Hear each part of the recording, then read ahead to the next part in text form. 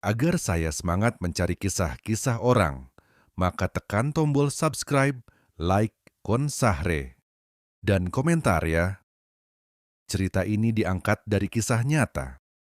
Nama dan tempat telah disamarkan untuk menjaga privasi.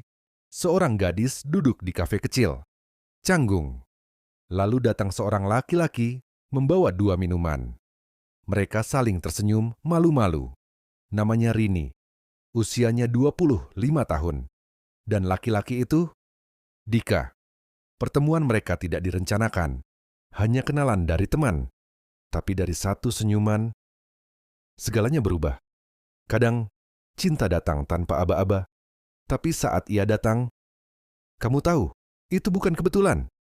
Duduk di kafe, Rini minum es teh manis. Dika memperhatikan Rini diam-diam, tersenyum obrolan ringan, tawa kecil. Setelah hari itu, mereka sering bertemu. Naik motor sore-sore, cari makan di warung kaki lima. Ngobrolin hal-hal kecil yang terasa penting. Rini suka es teh manis. Dika suka lihat Rini senyum waktu minum itu. Bukan soal kemana perginya, tapi dengan siapa kamu duduk dan merasa cukup. Di depan rumah, Dika menyatakan cinta. Rini terkejut. Lalu tersenyum. Dan mengangguk sin, mereka menatap bintang, tangan saling menggenggam. Mereka akhirnya jadian. Hubungan mereka bukan hubungan yang penuh kejutan, tapi tulus, pelan, dan pasti. Lambat laun, mereka tahu, ini bukan main-main.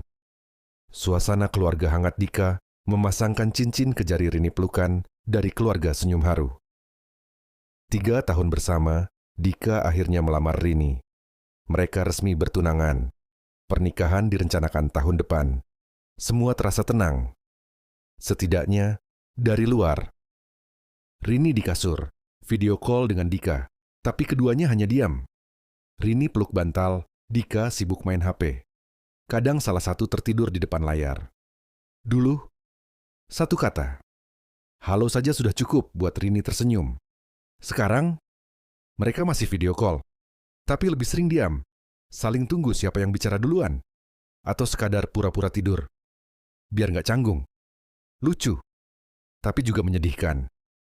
Rini bicara pelan lewat video call Rini. Kita beda ya sekarang. Dika. Iya. Aku juga ngerasa gitu. Tapi aku pikir, ini cuma fase. Rini. Aku nggak mau nikah sama orang yang terasa asing. Dika. Aku nggak mau kita nyerah. Kita udah sejauh ini.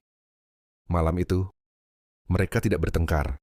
Hanya saling berkata jujur tentang apa yang berubah dan apa yang masih ingin diperjuangkan. Rini tersenyum kecil, Dika ikut tersenyum. Mereka mulai tertawa lagi.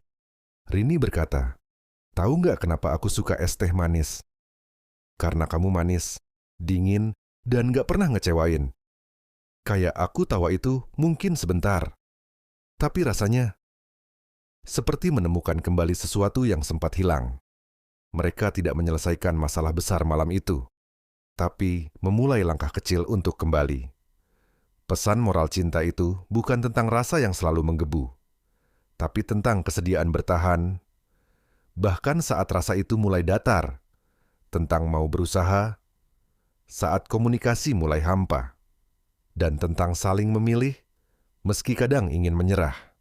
Saran untuk kalian, kalau kamu juga sedang di fase diam-diaman sama pasangan, coba ajak ngobrol pelan-pelan. Gak harus langsung bahas yang berat.